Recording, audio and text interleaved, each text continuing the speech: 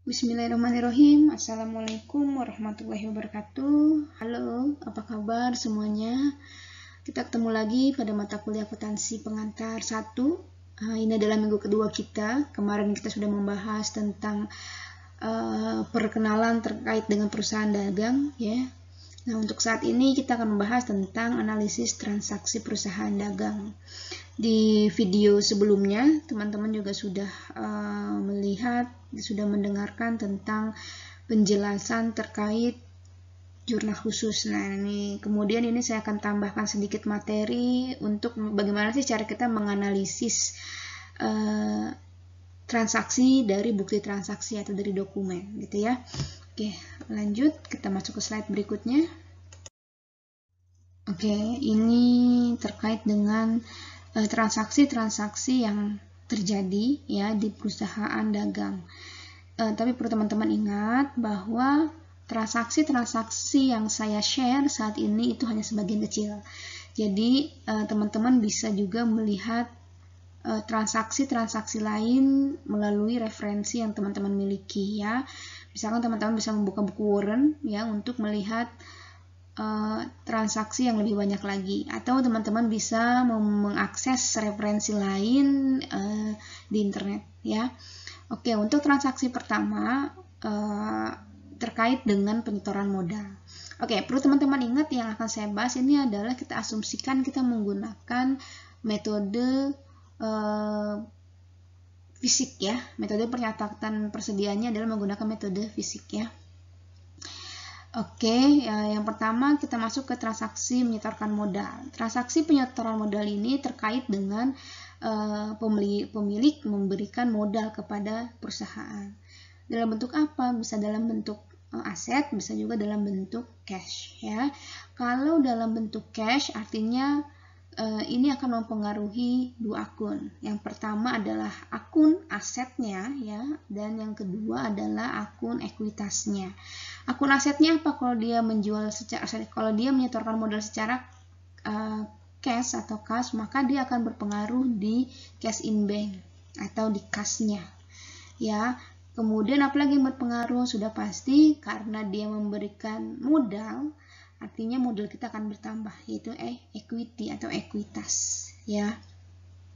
Bagaimana dengan aset?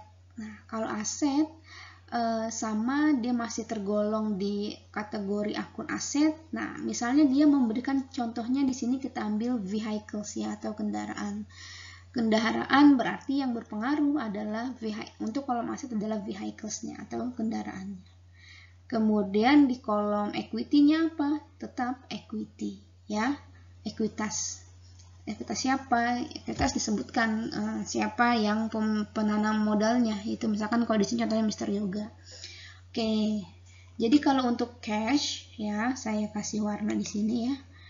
Kalau dia memberikan dana ya, modal ya, dana atau modal dalam bentuk sejumlah uang, sejumlah dana, maka yang akan berpengaruh itu adalah cash-nya ya, kas di banknya. Oke, kas di banknya. Nah, kas di bank ini masuk ke dalam kategori akun apa? Kategori akun aset. Aset, bagaimana kalau ada penyertaan modal? Maka aset kasnya itu akan bertambah. Kalau aset bertambah adanya di mana? Adanya di sisi debit. Ya, ingat lagi teman-teman, kalau teman-teman lupa silahkan buka lagi catatannya. Dan ini memang teman-teman mau tidak mau memang harus paham ya, harus tahu konsepnya, atau minimal teman-teman harus menghafalkannya gitu ya. Oke, kemudian misalnya tadi dari memberikan sejumlah dana. Sekarang kita memberikan aset ke perusahaan, contohnya kendaraan. Maka akun yang dipengaruhi adalah vehicles atau kendaraan. Kategorinya masuk ke dalam kategori akun apa? Ini bukan revenue ya teman-teman ya. Ini maksudnya ke dalam aset juga sama ya. Aset. Maka kalau dia bertambah adanya di sisi debit ya, asetnya bertambah. Kemudian dia menyetorkan modal, berarti ada modalnya bertambah. Berarti apa? Equity-nya, ekuitasnya. Mister Yoga ya, misalnya di sini memberi modal dalam Mister Yoga. Kategori akunnya apa? Equity. Equity bertambah atau berkurang? Equity-nya bertambah karena dia memberikan modal ya, bertambah. Kalau equity bertambah ada di sisi kredit, gitu ya. Teman-teman harus ingat ini kategori akunnya masuk kemana, kemudian bagaimana implementasinya, apakah dia bertambah atau berkurang. Kalau bertambah adanya di posisi apa, kalau berkurang adanya di posisi apa, gitu ya. Oke, kita lanjut. Oke, selanjutnya kita masuk ke transaksi meminjam uang. Ya, ini masih terkait dengan pemberian dana nih, ya, atau penambahan dana oleh perusahaan yang tadi oleh pemilik, yang kedua ini terkait oleh pihak ketiga. Ya, meminjam uang. Nah, transaksi meminjam uang adalah transaksi di mana meminjam uang kepada pihak ketiga, baik bank atau lembaga keuangan lainnya. Oke, sama ini masih dalam rangkaian penambahan pendanaan, maka yang kalau dia secara cash ya, maka yang akun yang dipengaruhi adalah cash in bank. Ya, kemudian cash in bank masih sama, kategori akunnya dimasuk ke dalam aset ya, aset lancar. Kemudian bagaimana kalau kita meminjamkan uang, aset kas kita seperti apa? Pasti akan bertambah. Kalau aset bertambah, maka dia ada di mana? Dia ada di sisi debit, gitu ya. Kemudian selanjutnya, misalkan diasumsikan kita di sini meminjam uang dari bank, ya, berarti kalau kita meminjam uang dari bank, berarti yang bertambah adalah bank loan, pinjaman bank. Nah, pinjaman berarti dia masuknya ke utang atau liability kategorinya ya, liability. Kalau kita minjam uang, berarti utang kita akan apa?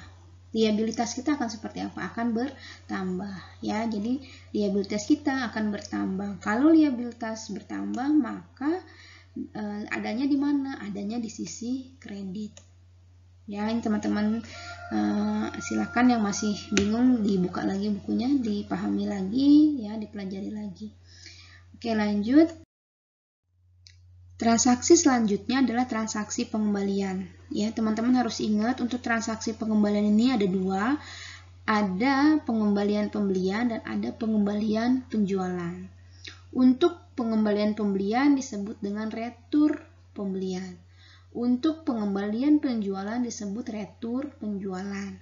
Oke, sekarang kita lihat definisinya, yaitu transaksi pengembalian barang adalah transaksi di mana perusahaan mengembalikan barang dagang yang dibeli kepada supplier karena ada kerusakan barang atau expired date, atau ada klasifikasi barang yang tidak sesuai dengan apa yang kita minta, itu sesuai dengan perjanjian.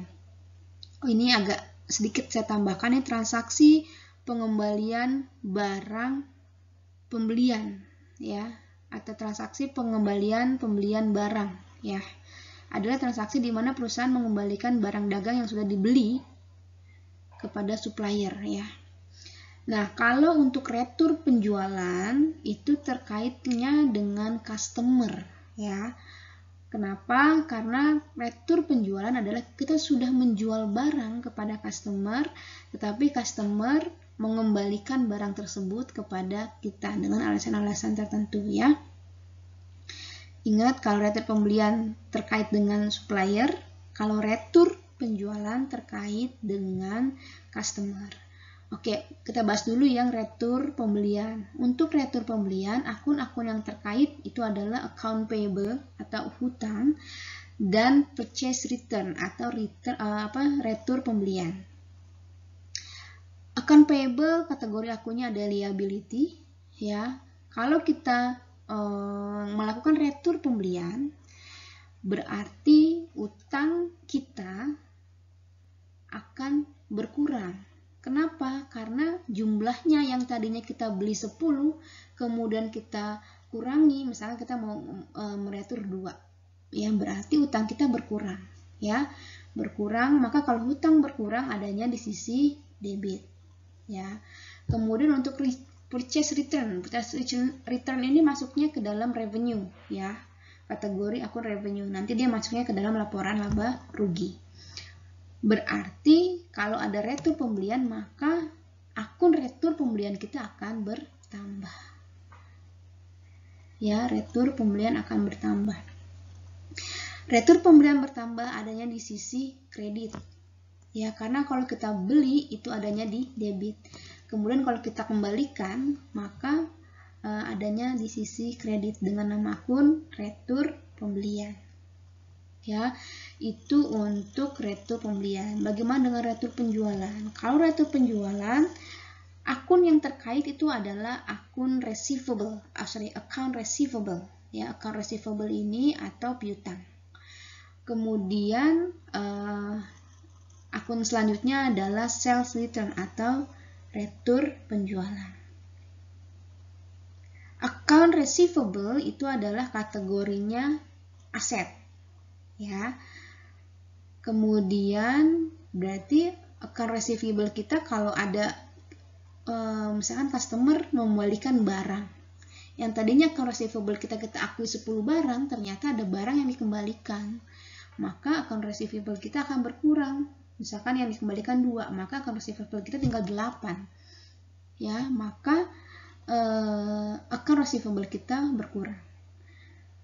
Aset kalau berkurang adanya di sisi kredit, ya, harus diingat. Kemudian untuk sales return. Sales return ya.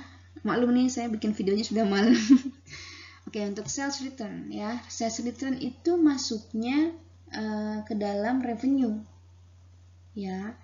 Ke dalam revenue penjualan. Nah, kalau penjualan itu adanya di sisi kredit, ya, penjualan itu adanya di sisi kredit. Maka pada saat ada retur, dia letaknya di mana? Berarti dia letaknya ada di sisi debit.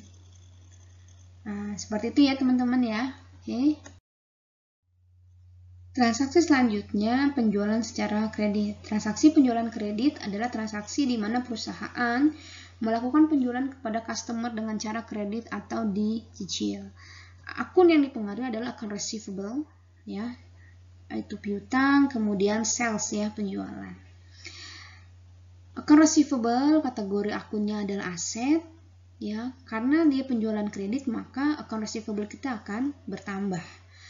Maka kalau aset bertambah ada sisi debit, ya. Kemudian sales ya atau penjualan masuk ke dalam kategori revenue. Kalau dia sales ini berarti kan kita menjual barang, berarti dia bertambah, ya, penjualan kita bertambah. Penjualan bertambah atau sales bertambah ada di sisi kredit, ya. Oke, lanjut. Selanjutnya, transaksi pelunasan utang. Transaksi pelunasan utang adalah transaksi di mana perusahaan membayarkan sejumlah uang kepada supplier karena adanya pembelian secara kredit di masa lalu. Ya, artinya kita dulu beli kredit, sudah kita catat, kemudian kita lunasi. Oke, akun apa saja yang dipengaruhi? Ada 3 akun. Yang pertama sudah pasti akun account payable atau utangnya account payable. Kemudian kalau ada diskon berarti ada yang namanya akun purchase discount. Ya, diskon pembelian. Kemudian ada akun cash ya, atau cash in bank juga bisa ya. Untuk account payable dia kategori akunnya adalah liability.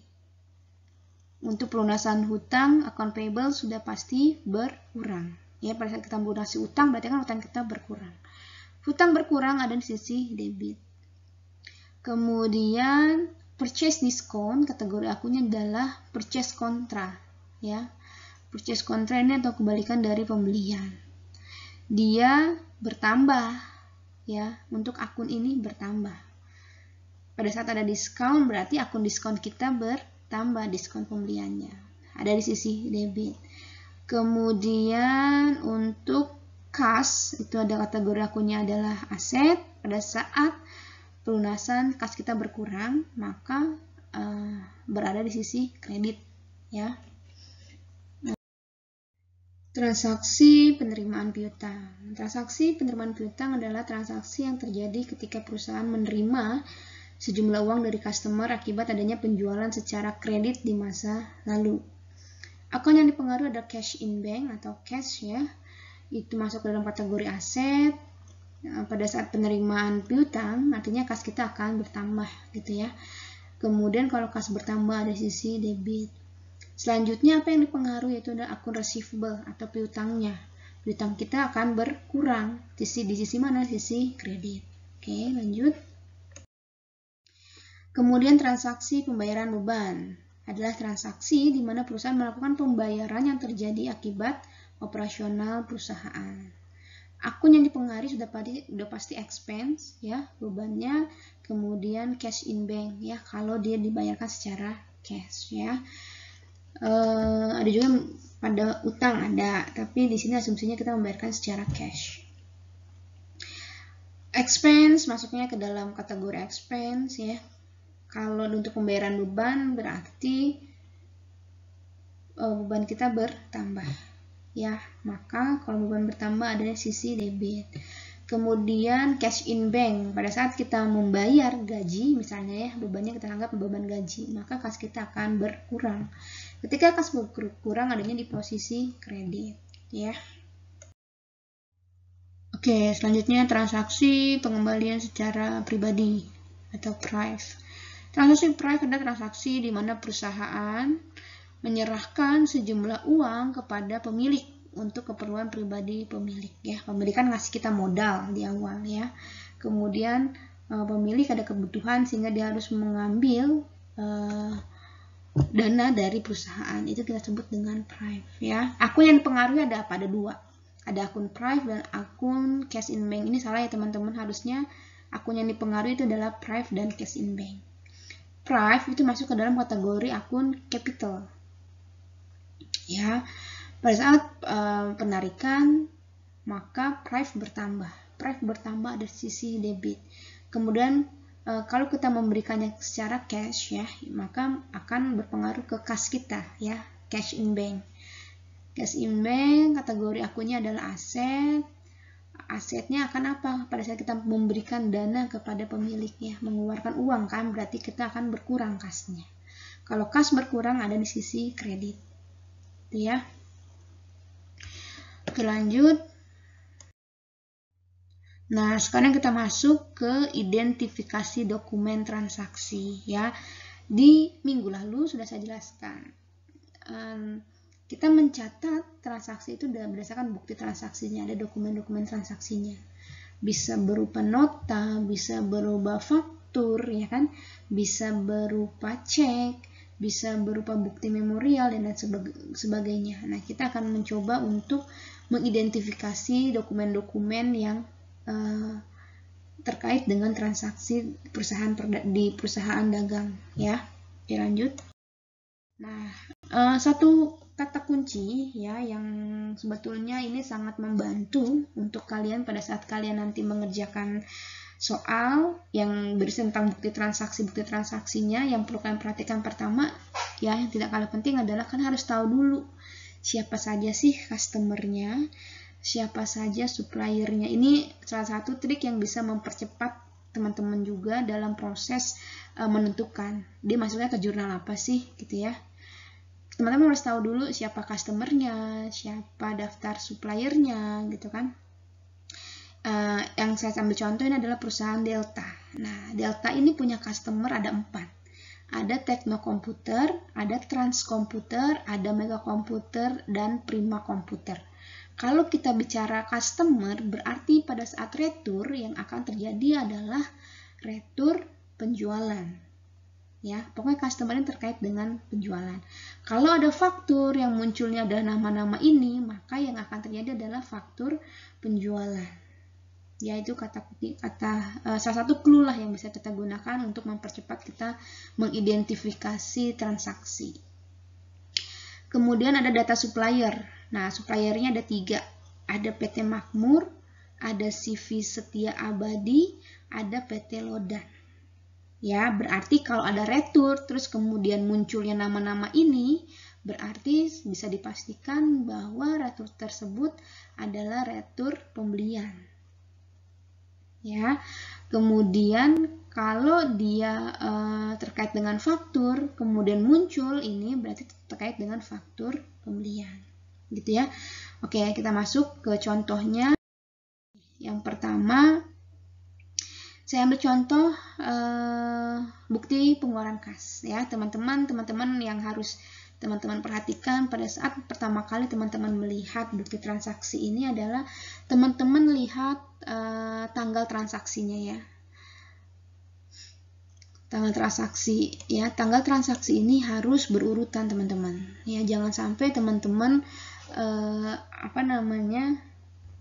melongkap-longkap ya, misalkan dari tanggal 1 teman-teman ke tanggal 10, habis tanggal 10 balik lagi ke tanggal 2. Tanggal 2 teman-teman langsung ke tanggal 20 misalnya gitu ya. Jangan, tapi teman-teman harus berurutan. Tanggal 1, kemudian tanggal 2 ada nggak? Kalau nggak ada langsung ke tanggal 3. Gitu ya. Oh ternyata tanggal 2 dan 3 nggak ada, dia langsung ke tanggal 4. Berarti teman-teman harus dari 1 ke 4 gitu ya. Oh ternyata tanggal 1 ada, tanggal 2 ada, tanggal 3 ada. Ya mau nggak mau teman-teman memang harus berurutan mengerjakannya ya. Tapi kalau teman-teman mengerjakan soal biasanya itu sudah berurutan. Nah, jadi tugas teman-teman harus urut. Jangan sampai teman-teman mengerjakan ke soal atau bukti-bukti yang lain, tapi bukti-buktinya harus teman-teman kerjakan secara urut gitu ya. Pertama tanggal transaksinya. Kemudian yang kedua, yang tidak kalah penting, kalian lihat kopnya. Siapa yang mengeluarkan? Ya. Di sini ada bukti pengeluaran kas yang dikeluarkan oleh PT Delta. Bukti pengeluaran kas ini sudah pasti akan masuk ke mana? Dari 5 jurnal sama jurnal umum. Kira-kira kalau bukti pengeluaran kas masuknya kemana? Ya, bukti pengeluaran kas sudah pasti ada kas yang keluar, maka masuknya ke dalam jurnal pengeluaran kas atau cash payment journal.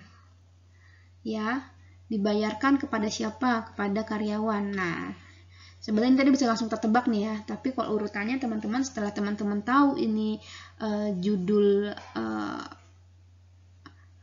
dokumennya apa, judul transaksinya apa, teman-teman lihat lagi dia kepada siapa dibayarkan. Oh ini dibayarkan kepada karyawan dari PT Delta nih, PT kita gitu ya. Berapa? Oh 2.500.000. Dan teman-teman harus lihat keterangannya apa untuk membayar gaji. Oh berarti ini adalah beban gaji, ya kan? Beban gaji. Berarti kita mencatatnya nanti beban gaji. Jadi teman-teman yang harus teman-teman ingat apa tadi yang pertama? Yang pertama adalah tanggalnya. Tanggalnya teman-teman harus berurutan. Setelah itu teman-teman lihat apa lagi? Lihat kopnya. Nah, kopnya ini. Ya, kopnya siapa yang mengeluarkan. Kemudian teman-teman lihat apa? Judulnya. Ya, judulnya ini tadi. Nah, ya judulnya bukti pengeluaran kas. Ini kalau udah bukti pengeluaran kas sudah gampang banget sebetulnya. Teman-teman udah bisa guessing tuh, udah bisa nebak. Ya, oh bukti pengeluaran kan ya sudah pasti dia masuknya ke dalam cash payment journal atau jurnal pengeluaran kas. Kemudian setelah itu teman-teman lihat keterangan kepadanya, ya, lihat keterangan kepadanya, kepada siapa dibayarkan, kepada karyawan. Kemudian teman-teman lihat jumlahnya berapa, 7.500. Kemudian teman-teman lihat apa keterangannya berapa, keterangannya apa, gitu ya. Oke, yang pertama ini masuknya ke dalam jurnal pengeluaran kas. Lanjut. Nah, ini ada voucher kas kecil ya. Yang pertama kita lihat apa dulu teman-teman? Tadi saya bilang tanggalnya. Oh, tanggal 2. Setelah tanggal 1 kan, yang tadi tanggal 1. Nah, kira-kira ada hubungannya nggak dengan tanggal-tanggal sebelumnya ya? Kemudian setelah kita sudah mengklasifikasi tanggalnya ya, ini berarti dengan yang tadi memang ini adalah setelahnya gitu ya. Kemudian kita lihat kopnya. Oh ini yang mengeluarkan ini adalah PT Delta. PT Delta untuk apa? Judul dokumennya apa? Voucher kas kecil. Keterangannya apa? Dibayarkan kepada percetakan Olimpia. Artinya apa? Dibayarkan. Voucher kas kecil. Dibayarkan. Berarti ini juga masuknya ke dalam jurnal pengeluaran kas. Dibayarkan kepada percetakan Olimpia. Ya. Jumlahnya berapa? Kita lihat jumlahnya ada Rp975.000. Untuk apa? Untuk pembuatan brosur perusahaan untuk keperluan iklan. Ya, beban iklan nih berarti kita bayar beban iklan. Kemudian masuknya kemana? Berarti jurnal pengeluaran kas, gitu ya. Kemudian ini lagi kita lihat lagi di bukti transaksi yang ketiga, tanggal 3 Desember, ya berurutan dengan yang tadi. Siapa yang mengeluarkan? Mengeluarkan PT Delta. Judulnya apa? Penerimaan kas. Udah, sebenarnya kalau teman-teman sudah dapat judul bukti penerimaan kas, ya berarti itu masuknya ke dalam cash receipt journal, ya, jurnal penerimaan kas. Oke, mau kita lanjutkan biar lebih pasti. Ini kita lihat dari kata-kata diterima dari, ya. Diterima dari Tekno Komputer. Apalagi bisa kita lihat Tekno Komputer ini kan tadi adalah customer kita, Tekno. Tadi di atas ya, Tekno itu adalah customer kita. Customer kita pasti kan memberikan kita memberikan uang penerimaan kas nih dia. Diterima dari Tekno. Oh, berarti Tekno bayar kas nih ke kita, bayar utangnya ke kita. Ya, berarti piutang kita berkurang. Jumlahnya berapa? Rp33.480.000. Terangannya apa? Pelunasan faktur. Nah, pelunasan faktur. Faktur berarti sebelum ini kita pernah menjual kepada Tekno dalam bentuk kredit, ya, penjualan kredit. Makanya pada saat itu nanti ini piutang yang akan berkurang, gitu ya. Kemudian selanjutnya kita lihat tanggalnya 6 Desember. Oke. Kemudian kopnya siapa yang mengeluarkan? Oh, PT Delta yang mengeluarkan. Ada faktur. Nah, ini F12.1 ya. Faktur ini pasti terkait dengan kredit nih. Ya, jadi dia nggak mungkin masuk ke penerimaan kas ataupun pengeluaran kas. Ini terkait dengan kredit nih, faktur. Ya, ini terkait. Tapi kita nggak tahu nih penjualan atau pembelian.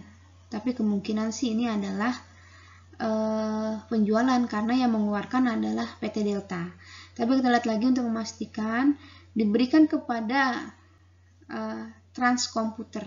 Transkomputer ini tadi bisa kita lihat teman-teman, dia adalah customer kita, ya kan? Berarti ini adalah jurnal penjualan. Ya, ini jurnal penjualan. Jumlahnya berapa? Rp286 juta. Ini dirinci, ini ada PPN-nya teman-teman ya. Nanti di sana juga ditulis ada PPN di mana? Di jurnal penjualan kita ya, itu harus ada PPN-nya juga. Gitu ya. Kemudian lanjut lagi. Oke, selanjutnya kita lihat tanggalnya tanggal 7 ya, masih sesuai urutannya tanggal 7, tadi kan tanggal 6 ya. Kemudian kita lihat yang mengeluarkan adalah PT Delta. Kemudian kita lihat judul dokumennya, judul dokumen nota kredit. Ini sebenarnya sudah bisa kita tebak nih teman-teman. Ada nota kredit yang dikeluarkan oleh PT Delta. Ya, ada nota yang dikeluarkan oleh kita perusahaan. Maka sebetulnya kita melakukan kita mau terkait dengan penjualan. Ya, berarti seharusnya ini adalah retur penjualan. Nah, coba kita lihat dulu kepadanya siapa. Tadi kan retur penjualan itu terkait dengan customer. Kalau retur pembelian itu terkait dengan supplier. Kita lihat ini customer atau supplier. Kepada transkomputer. Nah, transkomputer ini tadi sudah kita ketahui di awal, transkomputer ini adalah customer kita. Berarti ini betul, ini adalah nota untuk retur penjualan. Ya, kita yang mengeluarkan, kemudian kepada customer. Nah, itu langsung tahu, oh ini nota untuk retur penjualan. Seperti itu ya. Nilainya 55 juta, perinciannya sebagai berikut. Nah, kemudian kita lanjut ya, lanjut. Ini faktur. Nah, faktur lagi. Faktur ini pasti pembelian, faktur ini pasti kredit nih. Bisa pembelian kredit atau penjualan kredit. Berarti dia tidak masuk ke dalam penerimaan kas atau pengeluaran kas ya. Dari PT tanggal 10 Desember ya, masih berurutan dari PT Lodan. Lodan ini adalah supplier kita ya. Kalau supplier berarti dengan kita apa? Kita dengan supplier itu melakukan pembelian atau penjualan. Dengan supplier kita pasti melakukan pembelian, berarti ini masuknya kemana? Pembelian kredit berarti ya. Berarti kalau pembelian kredit masuknya purchase journal atau jurnal pembelian ya kan. Kepadanya kepada siapa? Coba kita cek dulu. Kepadanya kepada kita, betul kan? Kepada kita PT Delta, berarti kita melakukan pembelian. Jumlahnya berapa? 331 juta ya. Rinciannya sebagai berikut, begitu. Oke, selanjutnya kita masuk ke contoh terakhir. Ini kayak seperti ini contoh terakhir. Tanggalnya tanggal 11 Desember, masih berurutan ya. Tadi tanggal 10, kemudian kita lihat kopnya. Kopnya adalah PT Lodan. Artinya PT Lodan ini adalah supplier kita ya. Supplier kita. Kemudian ternyata kita lihat judul dokumennya ini adalah NK. Ini adalah nota kredit, ini pasti retur. Retur, tapi kita nggak tahu retur penjualan atau retur pembelian. Dari kopnya ya, dari kopnya kita tahu ini adalah PT Lodan adalah supplier kita. Retur yang terkait dengan supplier itu adalah retur pembelian ya, karena kita dengan supplier itu kan membeli ya. Proses transaksinya adalah transaksi pembelian. Karena kita kan nggak mungkin jual barang ke supplier. Kita kalau jual barang ke customer. Nah, kalau di sini ada PT Lodan yang mengeluarkan NK atau nota kreditnya, maka di sini adalah terkait dengan retur pembelian. Ya. Kepada siapa? Kepada kita, betul ya.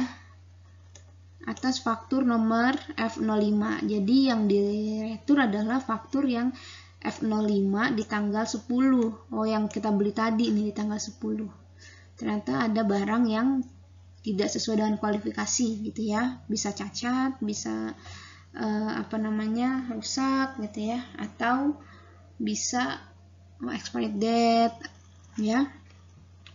Kami telah mengkredit rekening saudara untuk barang yang dikembalikan ya. Jadi piutang kita sudah dikreditkan nih sama dia, artinya piutang kita kan dia berkurang ya. Pada saat pembelian kan dia mencatat piutang pada penjualan. Nah, ternyata ada yang kita kembalikan ya, makanya dia kasih tahu nih, piutang Anda sudah saya kreditkan ya. Nah, makanya dia mengeluarkan nota kredit ini tuh ya, seperti itu. Nah, teman-teman, itu tadi pembahasan kita tentang analisis transaksi untuk perusahaan dagang ya. Silakan dipelajari lagi, silakan dipahami. Jika memang dirasa kurang, silakan teman-teman cari referensi lain yang bisa menambah informasi, yang menguatkan informasi untuk teman-teman. Jika ada pertanyaan, silakan ditanyakan. Terima kasih banyak atas waktunya. Saya akhiri. Wassalamualaikum warahmatullahi wabarakatuh.